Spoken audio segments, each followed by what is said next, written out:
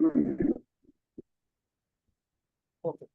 So start करते हैं आज की क्लास और देखते हैं कि रिएक्ट में हमने अभी तक क्या पढ़ा है। रिएक्ट में हमने जो बेसिक चीजें बताई थी वो सबसे पहले मैंने स्टार्ट किया था मिनिफिकेशन से। राइट, तो हमने जो अभी तक रिएक्ट में पढ़ा है वो हमने मिनिफिकेशन पढ़ा हुआ है, और दूसरा हमने पढ़ा हुआ है अगलीफिकेशन। अगलीफिकेशन और उसके बाद हमने पढ़ा हुआ है बंडलिंग। तो ये सारी चीजें जो है ये बैकएंड में होती हैं, और इन सब चीजों के लिए हमने किसको असाइन किया हुआ है? बेबेल को असाइन किया। राइट, उससे पहले हमने क्या किया था? नोड जेएस को इंस्टॉल किया था, जो कि हमने बोला था कि नोड जेएस जो है वो जावास्क्रिप्ट को समझता है, ये उसको एग्जीक्यूट करता है। अब उसके बाद मैंने आपको बताया था एनपीएम के बारे में कि एनपीएम क्या होता है। तो एनपीएम जो है वो नोड जेएस के लिए काम करता है, एज अ लेबर काम करता है कि नोड जेएस को जिस भी चीज की जरूरत होती है वो एनपीएम ला के देता है। कहने का मतलब ये है कि नोड जेएस को जो भी थर्ड पार्टी लाइब्रेरी चाहिए वो जो है एनपीएम ला के दे देगा। मतलब एनपीएम का यूज करके आप थर्ड पार्टी की लाइब्रेरी को इंस्टॉल कर सकते हैं। तो हमने उसके बाद क्या बताया था? उसके बाद हमने बताया था रिएक्ट में एलिमेंट कैसे क्रिएट करते हैं। राइट, रिएक्ट में एलिमेंट कैसे क्रिएट करते हैं। तो एलिमेंट का सिंपल सा मतलब है कि जैसे आप यहाँ पे डिव एलिमेंट बनाते हो, राइट, और यहाँ पे आप क्लास लिखते हो और क्लास में कुछ इसका नेम दे देते हो माई डिव, और इस माई डिव के अंदर आप कुछ टेक्स्ट लिखते हो। सपोज करो आपने पी टैग ले लिया, तो इसमें लिख दिया आपने some text. Right, some text लिख दिया और पी को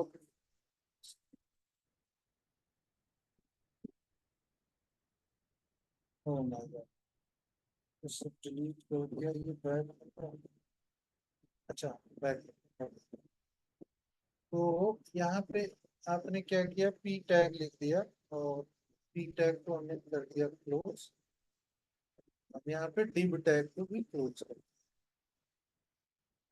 तो ये एक एलिमेंट है किसका? HTML का। मैंने बताया था कि रिएक्ट में एलिमेंट कैसे क्रिएट करते हैं, उसका सिंटैक्स हमने बताया था क्या? React dot create element.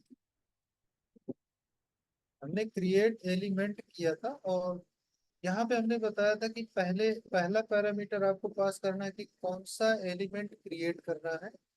तो सपोज करो हमें पी एलिमेंट क्रिएट करना है। देखो यहाँ पे ये एक एलिमेंट है और ये भी एक एलिमेंट है किसका? HTML का। सपोज करो कि हमें HTML का पी एलिमेंट क्रिएट करना है और इसके अंदर मैं क्लास देता हूँ। यहाँ पे अगर मैं क्लास दे दूं ऐसे, है ना, क्लास दे देता हूँ बाई पी टैग, इसको मैं क्लास ऐसे दे सकता हूँ। तो यहाँ पे कॉमा लगाना है, और दूसरा पैरामीटर जो होगा वो एट्रीब्यूट होगा। जैसे ये क्लास है तो इसको एट्रीब्यूट बोलते हैं HTML में। तो यहाँ पे हमको क्लास लिखना है, क्लास लिखना है और कॉलन लगा के यहाँ पे लिखना है माई डिव। क्योंकि हमने इसका माई डिव दिया है, इस माई डिव को डबल कोट में कर देना है। राइट, अब उसके बाद यहाँ पे जितने भी एट्रीब्यूट आपको देने हैं इस एलिमेंट में, उतने एट्रीब्यूट आप दे सकते हो। राइट, जैसे आप इनपुट टैग बनाओगे तो उसमें टाइप दोगे, वैल्यू दोगे, प्लेस होल्डर दोगे, तो जितने भी आपको एलिमेंट यहाँ पे देने हैं, जितने भी एट्रीब्यूट यहाँ पे देने हैं उस एलिमेंट में, यहाँ पे आप ऑब्जेक्ट के फॉर्म में कर सकते हो। उसके बाद कॉमा लगा के आपको इनर HTML लिखना है। इनर HTML में मतलब मान के चलो हमने यहाँ पे लिख दिया सम टेक्स्ट। करेक्ट, जब सम टेक्स्ट लिख देंगे तो मतलब ये उसको रिएक्ट क्या करेगा कि इस सम टेक्स्ट को as a inner HTML consider करेगा। लेकिन उसी की बात ये है, अच्छी बात ये है कि ये हमें लिखना नहीं रिएक्ट में। रिएक्ट इन चीजों को, देखो रिएक्ट में होती तो यही चीजें हैं, लेकिन हमें लिखना नहीं है। हमारे पास एक है बेबल। बेबल क्या करता है कि जो भी हम जावा स्क्रिप्ट में लिखेंगे, HTML में लिखेंगे और जावा स्क्रिप्ट, देखो अच्छी बात यह है कि रिएक्ट में हम JS के अंदर HTML लिख सकते हैं। JS के अंदर HTML लिख सकते हैं। अभी तक क्या था कि हम HTML की फाइल अलग बनाते थे, JS की अलग बनाते थे, CSS की अलग बनाते थे, राइट। लेकिन रिएक्ट के केस में क्या है कि आप जावा स्क्रिप्ट की फाइल बनाओगे, उसके अंदर आप HTML लिख सकते हैं। अभी तक हम HTML का एलिमेंट क्रिएट करने के लिए करते थे कि डॉक्यूमेंट डॉट क्रिएट एलिमेंट, वो एलिमेंट को क्रिएट करते थे। लेकिन रिएक्ट के केस में क्या है कि आप सिंपल सा ऐसे इनपुट बना दो रिएक्ट में, और इसको आप कॉन्स्ट लिख के, कॉन्स्ट इन लिख के इक्वल्स, मतलब इसको कॉन्स्ट वेरिएबल के अंदर इस HTML को लिख सकते हो। आप यहाँ पे टाइप दे दो text, right.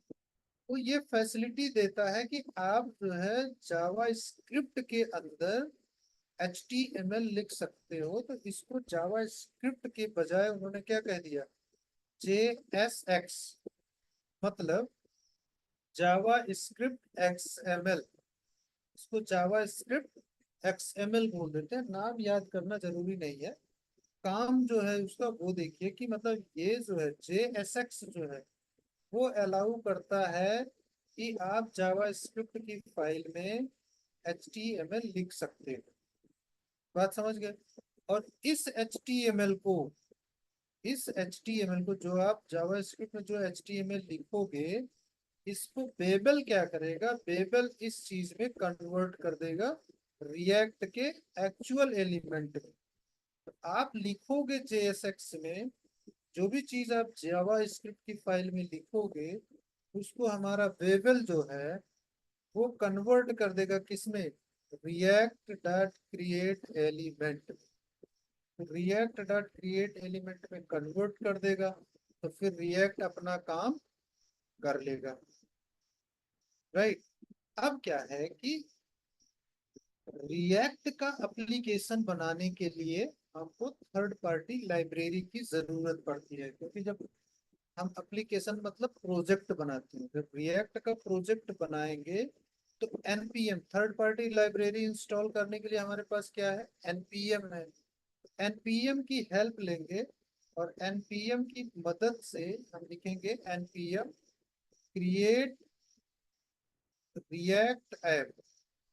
Create react app जो है उसको इंस्टॉल करेंगे। ये थर्ड पार्टी लाइब्रेरी है जो किस चीज के काम आती है, ये रिएक्ट के प्रोजेक्ट क्रिएट करने के काम आती है। कहने का मतलब ये है कि नोड जेएस है हमारे पास जो जावा स्क्रिप्ट को समझता है। वेवल है हमारे पास जो मिनिफिकेशन, अगलीफिकेशन, बंडलिंग और इस JSX को इस रिएक्ट में कन्वर्ट करता है। लेकिन रिएक्ट में कन्वर्ट करेगा कब, जब रिएक्ट होगा तब।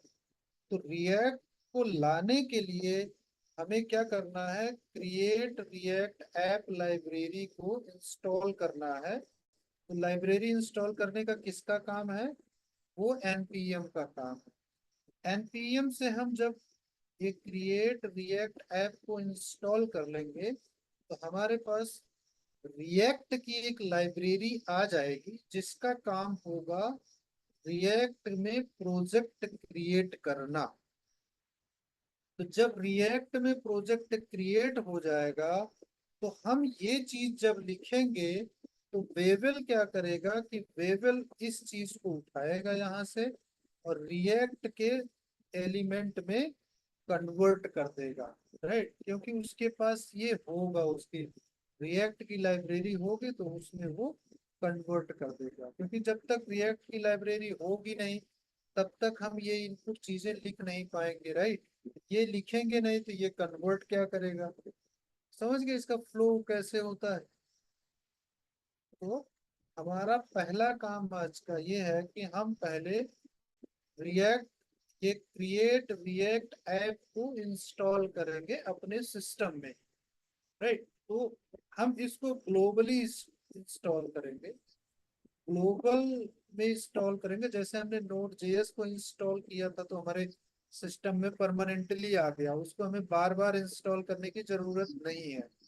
राइट, उसी तरह से हम क्रिएट रिएक्ट ऐप को ग्लोबल लोकेशन पे इंस्टॉल करेंगे, जिससे कि हमें हम कितने भी प्रोजेक्ट चाहें वो हम क्रिएट कर सकते हैं।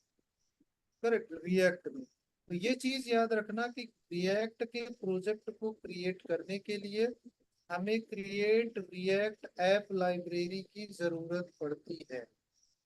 और ये लाइब्रेरी हमारे लिए कौन लेके आएगा? ये एनपीएम लेके आएगा। तो पहले हम देख लेते हैं कि ये वेबल जो है ये काम कैसे करता है। राइट, चलो हम आपको ऑनलाइन वेबसाइट पे एक ले चलते हैं जिसमें वेबल जो है लाइव काम करता है, तो उस लाइव को हम दिखाते हैं आपको। इसको मैं डिलीट कर देता हूँ। अभी मैं चलता हूँ अपने ब्राउजर पे और यहाँ पे मैं ओपन करता हूँ Babel. Second we have Babel, Babel in React. मैं वेबल इन रिएक्ट कर देता हूँ और आपको यहाँ पे वेबल js.io इस वाली वेबसाइट पे जाना है। इस वाली वेबसाइट को मैंने ओपन किया, ये ऑनलाइन टूल है। इसमें आपको मिल जाएगा। यहाँ पे आपको क्या करना है, ट्राई इट आउट। यहाँ पे आप देख रहे हो ट्राई इट आउट पे जाना है और कुछ इस प्रकार का इंटरफेस आपके अंदर आ जाएगा। आप देखो मैंने कुछ ट्राई किया है यहाँ पे। राइट, मैं इसको डिलीट कर देता हूँ। देखो यहाँ पे आपको आउटपुट दिखेगा, कंपाइल्ड आउटपुट। जैसे आपको यहाँ पे जब आप ओपन करोगे आप में कन्वर्ट नहीं होगा, तो यहाँ पे आप देख लेना कि जो प्री सेट है इसमें रिएक्ट सिलेक्टेड होना चाहिए। स्टेज 1 हो 2 हो वो मैटर नहीं करता है, बट प्री सेट में रिएक्ट यहाँ पे सिलेक्टेड होना चाहिए। और रिएक्ट रन टाइम में आपका यहाँ पे देखोगे दो चीजें हैं, ऑटोमेटिक एंड क्लासिक। आपको क्लासिक पे करना है। जब आप यहाँ पे क्लासिक पे करोगे और उसके बाद यहाँ पे कोई भी एलिमेंट आप क्रिएट करो, तो हम यहाँ पे क्या कर रहे हैं, कॉन्स्ट। कॉन्स्ट पहले नहीं लेता हूँ मैं, एक पी टैग क्रिएट करता हूँ। आप देखोगे मैं जैसे ही पी टैग क्रिएट करूंगा, सामने आप देखो इस वाले में क्या बन के आ गया, रिएक्ट डॉट क्रिएट एलिमेंट। मैंने यही बताया था, पी मतलब कौन सा एलिमेंट क्रिएट करना है वो आप लिखोगे। उसके बाद यहाँ पे नल आ रहा है। नल क्यों आ रहा है? क्योंकि हमने ना तो इसका कोई इनर HTML दिया हुआ है और ना ही इसमें कोई एट्रीब्यूट दिया हुआ है। तो सबसे पहले चलते हैं और इसका एक एट्रीब्यूट दे देते हैं। एट्रीब्यूट में क्या देते हैं, इसका हम क्लास दे देते हैं। यहाँ पे मैंने लिखा क्लास और इसके अंदर मैं दे दूंगा माई पी टैग। अब मैंने माई पी टैग को डबल कोट में किया, आप देखोगे यहाँ पे क्या चेंज होके आ रहा है। पी के बाद क्या बन गया, हमने पी लिखा मतलब जो टैग आपको बनाना है वो, उसके बाद एक ऑब्जेक्ट बनेगा किसका, जावा स्क्रिप्ट का। और उसके अंदर आप जितने भी एट्रीब्यूट देने चाहो, अगर मैं यहाँ पे आईडी दे दूं, right, ID equals to P tag. अब मैंने आईडी दे दिया तो आप देखोगे यहाँ पे इस ऑब्जेक्ट में, इस जावास्क्रिप्ट ऑब्जेक्ट में दो चीजें आ गई। क्योंकि आपको पता है कि जावास्क्रिप्ट ऑब्जेक्ट में जो वैल्यूज होती हैं वो की और वैल्यू के पेयर में होती है। तो हमारा क्लास जो है वो की हो गया और माई टैग जो है उसकी वैल्यू हो गई। राइट, तो आईडी है, वैसे आईडी हमारा की हो गया और उसका पी टैग जो है उसकी वैल्यू हो गई। अब मैं क्या करता हूँ, यहाँ पे कुछ टेक्स्ट लिख देता हूँ। राइट, यहाँ पे मैं लिखता हूँ माई पैराग्राफ। मैंने जैसे ही माई पैराग्राफ लिखा, आप देखोगे यहाँ पे तीसरा एट्रीब्यूट इसका आ गया, मतलब जो हमने लिखा था इनर HTML का वो यहाँ पे आ गया। अब मैं इसको थोड़ा सा अगर देखूं, मैं अगर ये इधर आ जाए और ये बड़ा नहीं हो रहा है, कोई दिक्कत नहीं। तो ये समझ में आ रहा है आपको विनोद कुमार, जो ये यहाँ पे बेबल काम कर रहा है। हम लिखेंगे कुछ इस तरह से। अब इसमें देखो, आप कहोगे कि इसमें तो पूरा का पूरा केवल HTML लिखा है, बट मैंने बोला था कि आप जावा स्क्रिप्ट में HTML लिख सकते हो। मैं क्या करता हूँ, यहाँ पे मैं वैर ले लेता हूँ, वैर पी टैग, इसको वैर में कर लेता हूँ मैं, कोई दिक्कत नहीं। अब देखो यहाँ पे इसने वेरिएबल बना दिया जब वैर पी टैग, और उसके बाद इन्हें लिख दिया create react dot create element, और सेम टू सेम। मतलब देखो आपकी ये चीज जो है, ये तो जावा स्क्रिप्ट है, इक्वल्स के बाद जो है वो क्या है, वो हमारा HTML है। कहने का मतलब है कि हम जावा स्क्रिप्ट में HTML लिख सकते हैं। इसमें रिएक्ट डिव क्रिएट करना है, राइट। यहाँ पे हम सेमी कॉलम लगाएंगे, डिव क्रिएट करना है। इस बार मैं कॉन्स्ट ले लेता हूँ, आपको पता है कॉन्स्ट क्या होता है। डिव ले लिया मैंने, इक्वल्स किया, और यहाँ पे डिव, और इसका मैंने क्लास दिया, class equals to my div,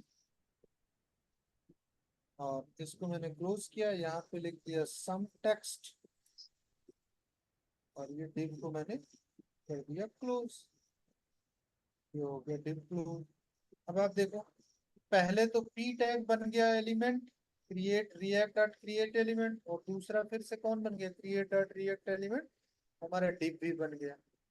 तो इस तरह से मतलब बेबल वर्क करता है। आप लिखोगे इस तरह से, आपको लिखना है इस तरह से कोड, जो कि आसान है, राइट। इस तरह से लिखना है, और बेबल क्या करेगा, उसको इस तरह से कन्वर्ट करके रिएक्ट को देगा कि भाई रिएक्ट एक्चुअल में ये चीज लिखा है यूजर ने, इसको आपको एग्जीक्यूट करना है, राइट। तो रिएक्ट जो है अपने हिसाब से वो काम करेगा। बात समझ गए विनोद कुमार? जी। कोई क्वेश्चन है इसमें? हम्म, नहीं कोई क्वेश्चन नहीं। ओके। तो अब क्या करना है कि ये चीज जो है आपको मैंने लाइव दिखाया कि बेबल कैसे काम करता है।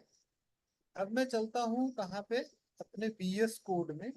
और जैसे मैंने बताया था कि रिएक्ट का एप्लीकेशन क्रिएट करने के लिए हमें सबसे पहले क्या चाहिए, कि हमें रिएक्ट की एक लाइब्रेरी चाहिए अपने सिस्टम में, जिससे कि हम रिएक्ट के ऐप को क्रिएट कर सके। रिएक्ट के ऐप जब मैं बोल रहा हूँ, इसका मतलब है कि रिएक्ट का प्रोजेक्ट क्रिएट करना। तो मैंने बताया था कि npm आपको लिखना है create dash react dash app, ये है लाइब्रेरी। तो npm के पहले हमने पहले क्या लिखते थे, ये थोड़ा सा सिंटैक्स गलत है। हमको लिखना चाहिए था क्या, npm install, right. npm install क्या इंस्टॉल करना है, क्रिएट रिएक्ट ऐप को इंस्टॉल करना है, लेकिन कैसे, इसको ग्लोबली इंस्टॉल करना है। अगर मैं जी नहीं लगाता यहाँ, राइट, अगर मैं वो जो डैश इनिट जी करके नहीं लिखते हैं वो लगाता, नहीं लिखेंगे। अगर मैं डैश जी नहीं लगाता यहाँ पे, विनोद कुमार कुछ पूछ रहे हो आप? हाँ कह रहे हैं जो इनिट करके आप लिखते थे वो नहीं लिखेंगे पहले। नहीं, इनिट करने का देखो, मैंने बताया था कि इनिट कब करते हैं। इनिट करने का मतलब, इनिट तब करते हैं जब आपको अपनी खुद की लाइब्रेरी बनाना होता है, तब आप npm init करते हो। जब आपको कोई पैकेज इंस्टॉल करना है, तो उसमें आप npm इंस्टॉल करोगे। समझ गए? इनिट npm हाँ। init करता है कि आपको अपना कोई पैकेज बनाना है, तब आप npm init करोगे, तो वो आपके लिए एक पैकेज बना के दे देगा। जो आप कहते हो कि हमारी लाइब्रेरी, जो थर्ड पार्टी लाइब्रेरी आप इंस्टॉल करते हो, आपको अपनी खुद की लाइब्रेरी बनानी है, तो उस केस में आप npm इनिट करते हो, कि आप अपनी खुद की लाइब्रेरी इनिट कर रहे हैं। वो होता है उसके लिए, खुद का पैकेज बना रहे हो, कहने का मतलब। तो अब ओके। यहाँ पे मैं क्या समझा रहा था, कि जो मैंने यहाँ पे डैश जी लगाया, डैश जी लगाने का मतलब हुआ कि ये मेरे सिस्टम में ग्लोबली इंस्टॉल हो जाएगा। अगर मैं यहाँ पे जी नहीं लगाता, तो ये इंट्रो टू नोड वाले फोल्डर के अंदर इंस्टॉल कर देता किसको, रिएक्ट की लाइब्रेरी को, क्रिएट रिएक्ट ऐप उस लाइब्रेरी का नाम है। तो इसको जब ये इंट्रो टू नोड के अंदर क्रिएट कर देता, तो हम जब रिएक्ट की ऐप को क्रिएट करते, मतलब जब रिएक्ट के प्रोजेक्ट को क्रिएट करते, तो हमें इसी फोल्डर के अंदर क्रिएट करना पड़ता है। लेकिन हमने अभी क्या किया, यहाँ पे डैश जी लगा दिया, तो ये ग्लोबली इंस्टॉल हो गया जहां पे हमारा नोड जेएस इंस्टॉल हुआ था। इस केस में क्या होगा कि आप किसी भी फोल्डर में, अपने सिस्टम में किसी भी फोल्डर में आप अपना रिएक्ट का ऐप जो है वो बना सकते हैं। समझ गए विनोद कुमार? राइट। तो अब मैं यहाँ पे इंटर करता हूँ। आप देखोगे ये थोड़ा सा टाइम लेगा और हमारे सिस्टम में ये क्रिएट रिएक्ट ऐप की लाइब्रेरी को इंस्टॉल कर देगा। अब ये क्रिएट रिएक्ट ऐप लाइब्रेरी क्या करेगी, आपको पता है कि इसका यूज हम किस में करेंगे, इसका यूज हम करेंगे रिएक्ट के प्रोजेक्ट क्रिएट करने में। राइट। अब आप देखो हमारे पास, मैं इसको हाइड कर देता हूँ। अब मेरे पास रिएक्ट की लाइब्रेरी आ गई है, इसमें कोई एरर नहीं आई हुई है। राइट। यहाँ पे लिखा है 4 packets are looking for funding and run NPM fund for details, उसकी दिक्कत नहीं है। यहाँ पे आप देखो चेंज 64 पैकेज इन 13 सेकेंड, तो मतलब हमारे कहने का मतलब है कि इसमें हमारा रिएक्ट क्रिएट रिएक्ट ऐप की लाइब्रेरी जो है वो इंस्टॉल हो गई। राइट। अब हम क्या करेंगे, अब हमें क्या करना है कि हमें एक रिएक्ट ऐप क्रिएट करना है। जब हमारे पास लाइब्रेरी आ गई तो हमें क्रिएट रिएक्ट ऐप मतलब रिएक्ट का एक प्रोजेक्ट बनाना है। तो उसके लिए हम क्या करेंगे, हम अपनी लाइब्रेरी को यूज करेंगे जो हमने अभी इंस्टॉल किया है, वो है क्रिएट रिएक्ट ऐप। यही लाइब्रेरी हमने अभी इंस्टॉल किया है। अब इसको हम कह रहे हैं कि भाई क्रिएट रिएक्ट ऐप, अपना काम करो और हमारे लिए एक प्रोजेक्ट बना दो। हमने यहाँ पे लिख दिया फर्स्ट, ऐसे लिख सकते हैं, इसमें आप कैपिटल लेटर नहीं लिख सकते हो। राइट। फर्स्ट रिएक्ट प्रोजेक्ट, इस तरह से आप नेमिंग कर सकते हो। आप कैपिटल लेटर नहीं यूज कर सकते हो, आप स्पेस नहीं यूज कर सकते हो, आप नेम के बीच में डैश यूज कर सकते हो, लेकिन कैपिटल लेटर और स्पेस यूज नहीं कर सकते।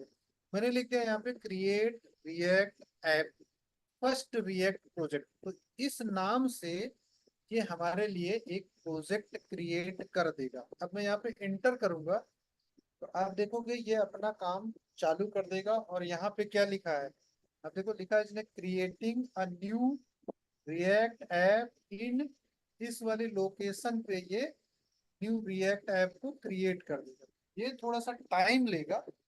ये टाइम इसलिए लेगा कि ये जो है बेबल वगैरह का कॉन्फ़िगरेशन करेगा, उसके बाद ये फिनिश हो जाए। तब कुछ इसकी लाइब्रेरीज होंगी जो इसको नीड होगी। तो अभी आप देखोगे कि इसमें कितनी चीजें बन के आती है। अभी आप देखो फर्स्ट रिएक्ट प्रोजेक्ट का फोल्डर बन के आ गया है। अभी ये जब फिनिश होगा तो इसके अंदर काफी चीजें आपको देखने को मिलेंगी। तो आई थिंक ये जल्दी हो जाएगा, 1-2 मिनट का टाइम जरूर लेगा इसको फिनिश करने में। तो ये हमारा फर्स्ट रिएक्ट प्रोजेक्ट है जिसके अंदर मैं आपको दिखाऊंगा कि क्या क्या चीजें होती हैं। और आज मैं थोड़ा सा जो हमने बताया ना वर्चुअल डोम और एक्चुअल डोम में जो लाइब्रेरी यूज होती है रिएक्ट की, राइट। जो हमने ए डोम लिखा था, आपको पता होगा ए डोम, और हमने बी डोम लिखा था। ए डोम और बी डोम हमने लिखा था यहाँ पे, राइट। तो हाँ जो ए री डोम रेंडर मतलब के लिए, एक्चुअल डोम। सॉरी विनोद। हाँ जो वही री रेंडर के लिए जो बताया था। हाँ, जो मैंने री रेंडर के लिए बताया था, तो एक्चुअल डोम जो है और वर्चुअल डोम जो है, तो जो हम डेवलपमेंट का काम करेंगे उसका चेंज जो होगा वो यहाँ पे होगा। और यहाँ पे रिएक्ट की लाइब्रेरी होती है जिसका नाम है रिएक्ट डॉम, इस लाइब्रेरी का नाम है रिएक्ट डॉम। तो जो भी चेंज यहाँ पे होगा वो डेवलपर, सपोज करो कि डेवलपर यहाँ पे है और यहाँ पे यूजर है, यूजर को डॉम दिखेगा, एक्चुअल डॉम जो है वो यूजर को दिखेगा, राइट। और वर्चुअल डॉम यूजर को नहीं दिखेगा, होगा इसी ब्राउजर के अंदर ही होगा लेकिन वो दिखेगा नहीं। तो डेवलपर इसमें चेंज करेगा वर्चुअल डॉम में। तो रिएक्ट डॉम जो है, ये लाइब्रेरी है रिएक्ट की, ये क्या करेगा, इस वर्चुअल डॉम से चेंज को उठाएगा और इसको दे देगा, राइट। अब सोचो आप, ये बताओ कि इस लाइब्रेरी को कैसे पता चलेगा कि इस वर्चुअल डॉम में कहाँ पे, इस एक्चुअल डॉम में कहाँ पे चेंज करना है। जो वर्चुअल डॉम में मैं चेंज करूंगा, जो स्टार्टिंग पॉइंट होगा, राइट, स्टार्टिंग पॉइंट में रिएक्ट डॉम जो लाइब्रेरी है, इसको कैसे पता चलेगा कि हमें एक्चुअल डॉम में कहाँ पे चेंज स्टार्ट करना है। तो उसके लिए क्या है कि हमें इस एक्चुअल डॉम में एक एलिमेंट पहले से बनाना पड़ता है और उस एलिमेंट का आईडी जो है वो रिएक्ट डॉम को देना पड़ता है। जब हम उस रिएक्ट डॉम को उस एलिमेंट की आईडी दे दें तो ये समझ जाएगा कि जो भी चेंज इसमें होगा ई डॉम में, वो हमें इस वाली आईडी में ही रेंडर कराना है, उसी में हमें इसको चेंज को रिफ्लेक्ट कराना। करेक्ट विनोद कुमार, इतना समझ गए। अब आप देखो, यहाँ पे हमारा जो एप्लीकेशन है, जो प्रोजेक्ट है, वो क्रिएट हो चुका है। मैं आपको दिखाता हूँ कि इसके अंदर क्या क्या चीजें हैं। जैसे मैं इसको एक्सपेंड करूंगा, आप देखोगे इसमें पैकेज डॉट जेसन फाइल है, इसको मैं ओपन करता हूँ। आप देखोगे यहाँ पे स्क्रिप्ट्स के अंदर आप देखो स्टार्ट है, जो क्या करेगा, रिएक्ट स्क्रिप्ट स्टार्ट, मतलब हमारे एप्लीकेशन को ये स्टार्ट करेगा। बिल्ड है, ये बिल्ड करेगा, टेस्ट में ये टेस्ट करेगा, इजेक्ट में ये इजेक्ट करेगा।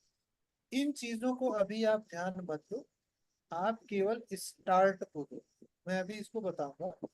यही जो जेसन आपने देखा था लास्ट टाइम, जो हमने इनिट करके बनाया था, यही बना था, करेक्ट। इसी तरह से कुछ बना था जिसमें स्क्रिप्ट था, उसका नेम था, वर्जन था, प्राइवेट था, राइट। डिपेंडेंसीज में ये सारी डिपेंडेंसीज रिएक्ट खुद यूज कर रहा है, तो ये इसमें, सॉरी, डिपेंडेंसीज आ गई। और रिएक्ट का वर्जन यहाँ पे दिख रहा है आपको, रिएक्ट डॉम दिख रहा है आपको। रिएक्ट डॉम क्या है, डिपेंडेंसी के अंदर है रिएक्ट डॉम। रिएक्ट डॉम जो है वो लाइब्रेरी है जो वर्चुअल डॉम से एक्चुअल डॉम का कनेक्शन करता है, करेक्ट। अब क्या है कि यहाँ पे आप देखोगे एक फोल्डर बना हुआ है पब्लिक का। पब्लिक के अंदर आप देखोगे index dot H T M L बना हुआ है। इसको अगर मैं आपको दिखाऊं ओपन करके, तो इसमें कुछ इस तरह से चीजें लिखी हुई है। इन सब चीजों को आपको ध्यान नहीं देना है, आपको यहाँ पे सिर्फ ये देना है कि जो मैं आईडी की बात कर रहा था, जो रिएक्ट की जो लाइब्रेरी है, वो एक्चुअल डॉम में कहाँ पे अपडेट करेगी चीजों को। तो यहाँ पे इन्होंने एक आईडी दे के रखा है रूट, मतलब ये इसका रूट है, ये इसकी जड़ है।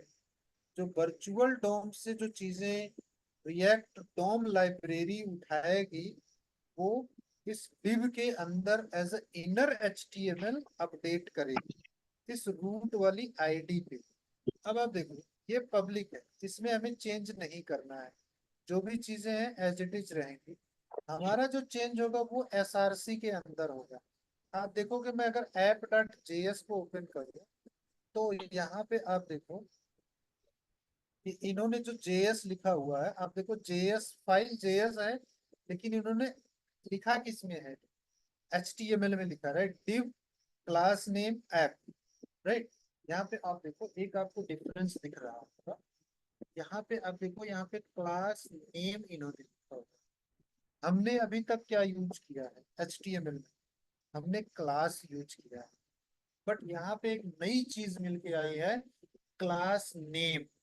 मतलब जब आप रिएक्ट यूज करोगे तो आप क्लास यूज नहीं करोगे, जो हम क्लास यूज करते थे, राइट, एट्रीब्यूट, उसकी जगह पे आप क्लास नेम यूज करोगे, कुछ इस तरह से, कैमल केस, क्लास लिखोगे, एन कैपिटल लिखोगे। तो ये क्लास नेम, इसमें ऐसा क्यों हुआ? क्योंकि जो क्लास कीवर्ड है वो रिएक्ट के में रिजर्व है, किसके लिए? क्लास के लिए। जैसे फंक्शन, यहाँ पे फंक्शन बनाया तो फंक्शन कीवर्ड रिजर्व हो गया, वैसे रिएक्ट में क्लास का कॉन्सेप्ट है, वो मैं बाद में बताऊंगा। तो क्लास उसके लिए रिजर्व है, तो कंफ्यूजन ना हो उसके लिए इन्होंने एट्रीब्यूट में क्या कर दिया, क्लास नेम यूज किया है, राइट। तो क्लास की जगह हमें अब क्या यूज करना है, क्लास नेम यूज करना है। तो यहाँ पे क्लास नेम आ गया।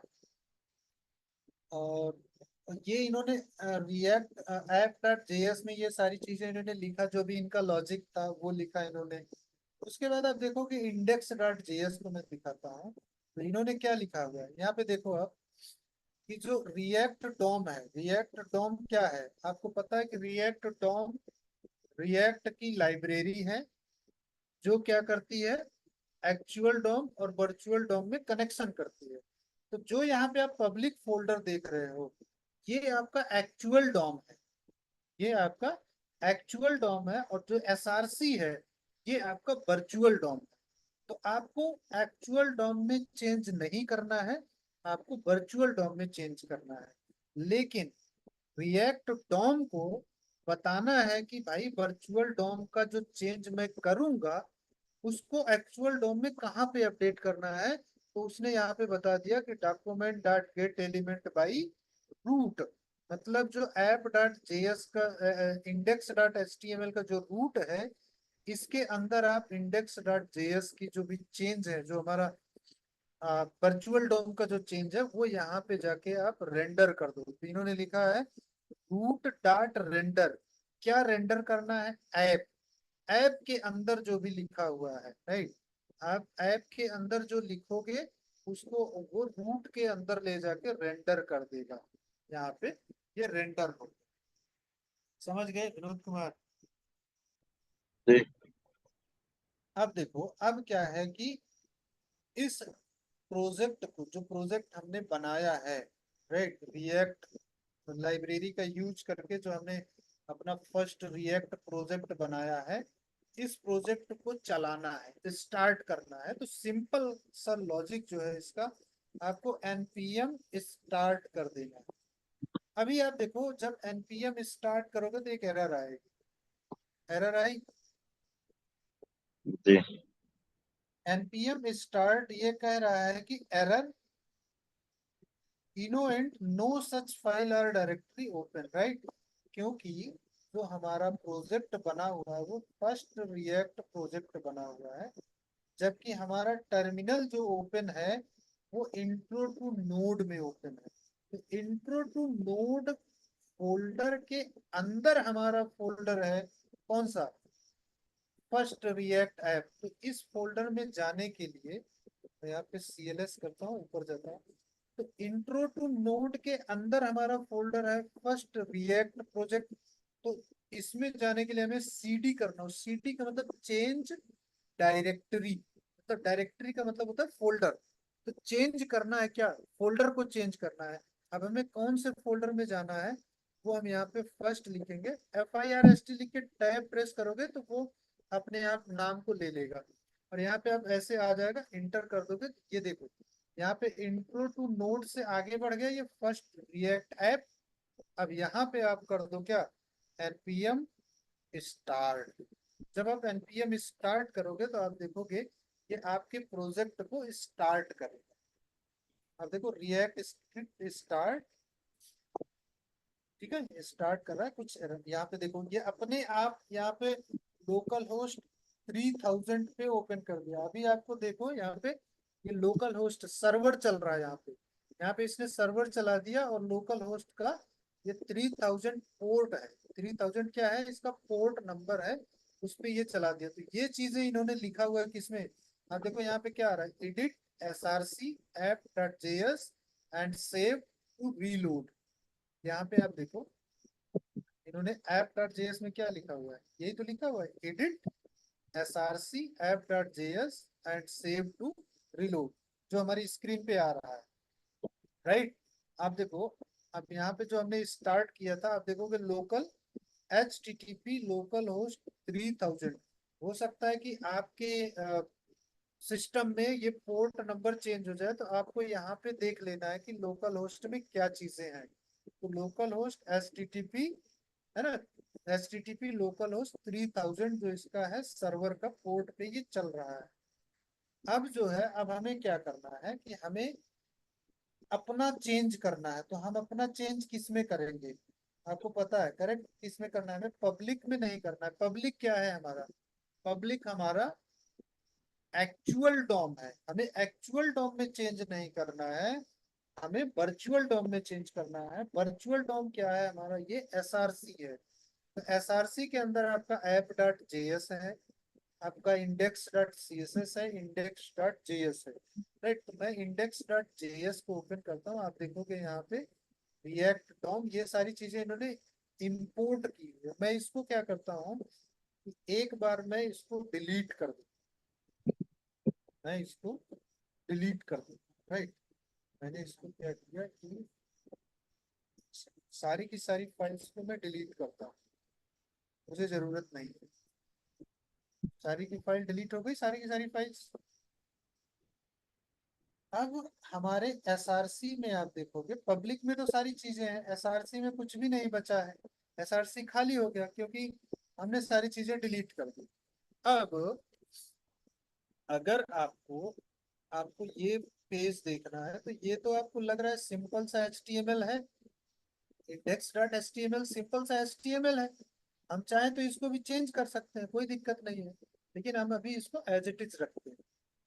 तो डॉक टाइप HTML लिखा हुआ है, हेड लिखा हुआ है, राइट। मेटा टैग वगैरह लिखा हुआ है, आप इसको मैं बताऊंगा कि ये मेटा टैग वगैरह क्या होता है, आप इस पे फोकस मत करिए। ये जैसे चीजें लिखी हुई है वैसे लिखी रहनी चाहिए, राइट। यहाँ पे इन्होंने लिंक कर दिया है, जो भी हम लिंक करते थे CSS का, इन्होंने फोटो दिया हुआ है यहाँ पे।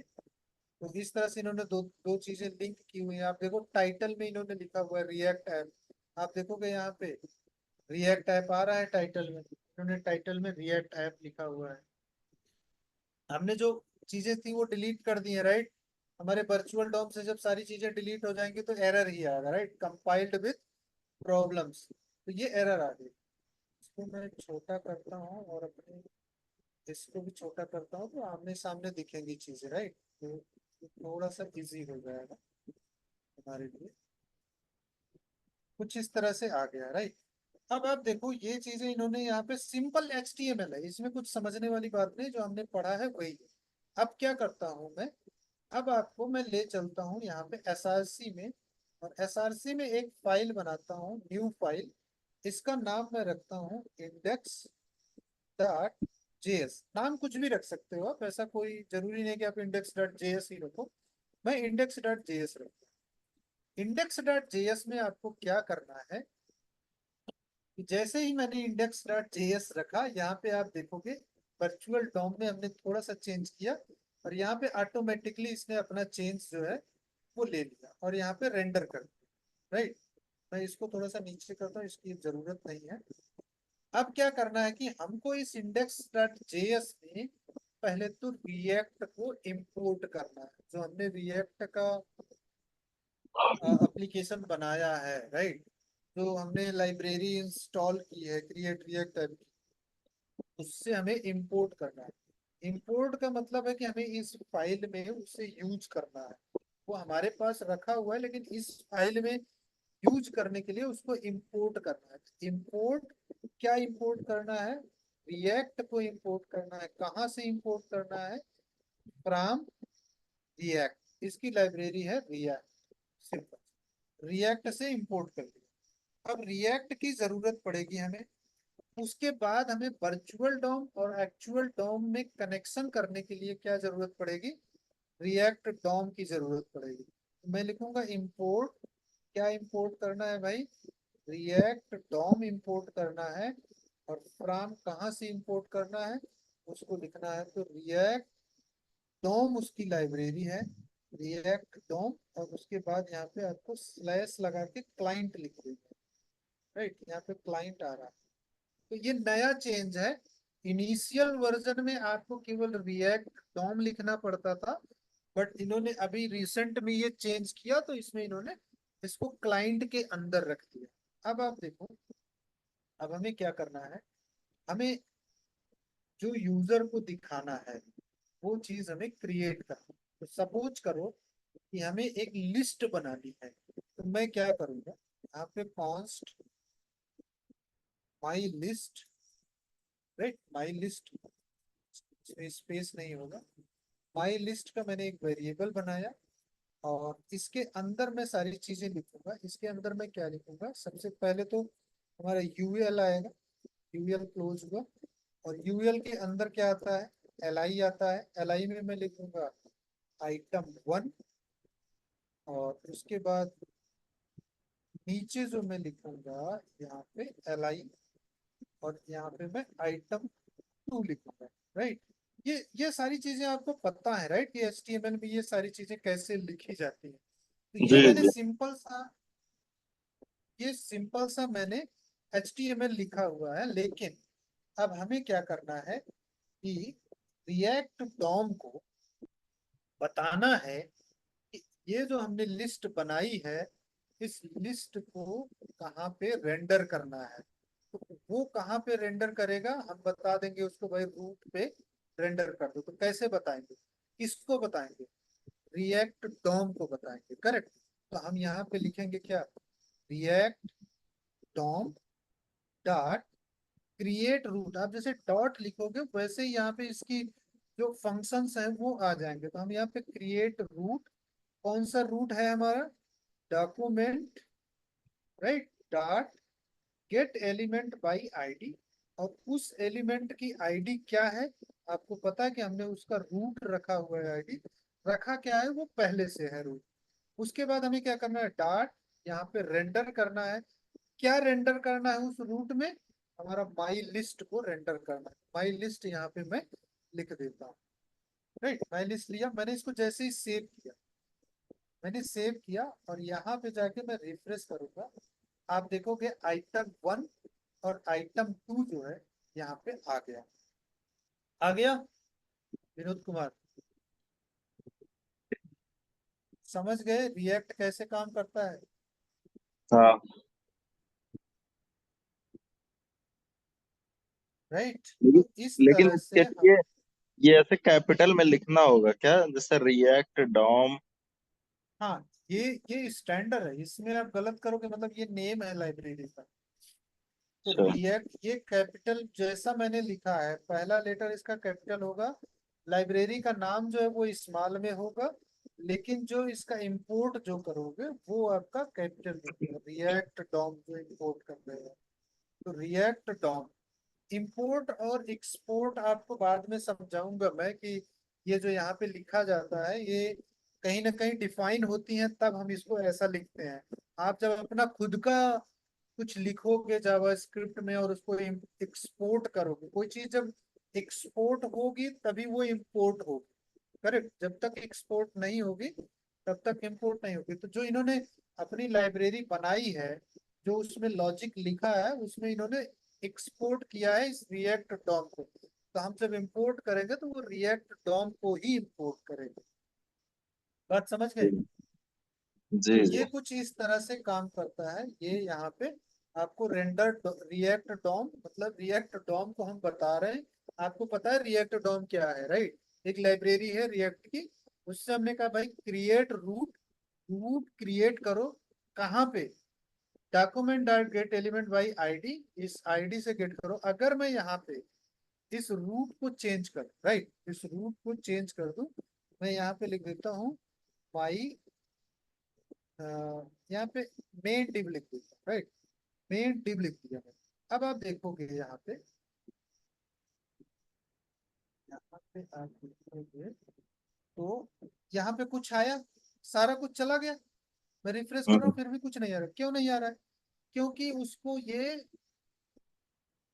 रूट जो है ये मिल ही नहीं रहा है, राइट। अगर मैं इसके ऊपर कुछ लिख दूं, जैसे मेन डिव के ऊपर, मेन डिव के ऊपर मैं लिख दूं, पी टैग लिख दूं, पी टैग लिख दूं और यहाँ पे लिख दूं before, before DOM, right, before DOM, और इसके नीचे लिख दूं मैं पी टैग में after DOM, after DOM, right. ये मैंने लिख दिया, मैं सेव कर रहा हूं। मैंने सेव किया। आप देखो यहाँ पे जैसे ही मैंने यहाँ पे सेव किया, तुरंत जो है इसका रिफ्लेक्शन ऑटोमेटिक यहाँ पे आ गया, आ गया बिफोर डॉम। अब मैं क्या करता हूँ, माई डिव को कॉपी करता हूँ, माई डिव को यहाँ पे जहाँ पे मैंने रूट दिया था, अब तो रूट मैंने डिलीट कर दिया, यहाँ पे मैं करता हूँ माई डिव और इसको मैं सेव करता हूँ। आप देखो इस बिफोर डॉम और आफ्टर डॉम के बीच में क्या आ गया, आइटम 1 और आइटम 2, क्योंकि मेन डिव जो है वो किसके अंदर अंदर है, वो बिफोर डोम और आफ्टर डोम के बीच में है। जो भी रेंडर होगा वो इन दोनों के बीच में रेंडर होगा। समझ गए विनोद कुमार जो मैंने बताया? जी जी। तो ये जो है ये रिएक्ट की फंक्शनैलिटी है। इस तरह से जो है रिएक्ट काम करता है। मैं आज यही पे छोड़ रहा हूँ। कल की क्लास में मैं रिएक्ट के कुछ और कंसेप्ट के अंदर जाऊंगा, धीरे धीरे चीजों को मैं समझाते हुए आपको बहुत, मतलब रिएक्ट के जितने भी कॉन्सेप्ट हैं आपको ऐसे ही समझ में आ जाएंगे, अब चीजें आसान लगेंगी आपको, हाँ राइट। ऐसे तो सही है, स्लोली स्लोली थोड़ा चीजें हाँ, क्लियर अब होती रहे। चीजें जो है आसान लगेंगी, क्योंकि आप देखो अगर मैंने पहले आपको नहीं बताया होता कि ये रिएक्ट डॉम क्या है, राइट, तो फिर ये चीजें आपको समझ में नहीं आती, राइट। जब मैंने बता दिया कि भाई रिएक्ट डॉम रिएक्ट की लाइब्रेरी है जो एक्चुअल डॉम और वर्चुअल डॉम के बीच में कनेक्शन करती है, तो आपको समझ में आ गया कि हाँ भाई रिएक्ट डॉम यहाँ पे यूज हो गया, मतलब ये एज ए मीडिएटर काम कर रहा है, करेक्ट। चलो ठीक है फिर, कल मिलेंगे, राइट, एक नए वीडियो के साथ। Bye bye.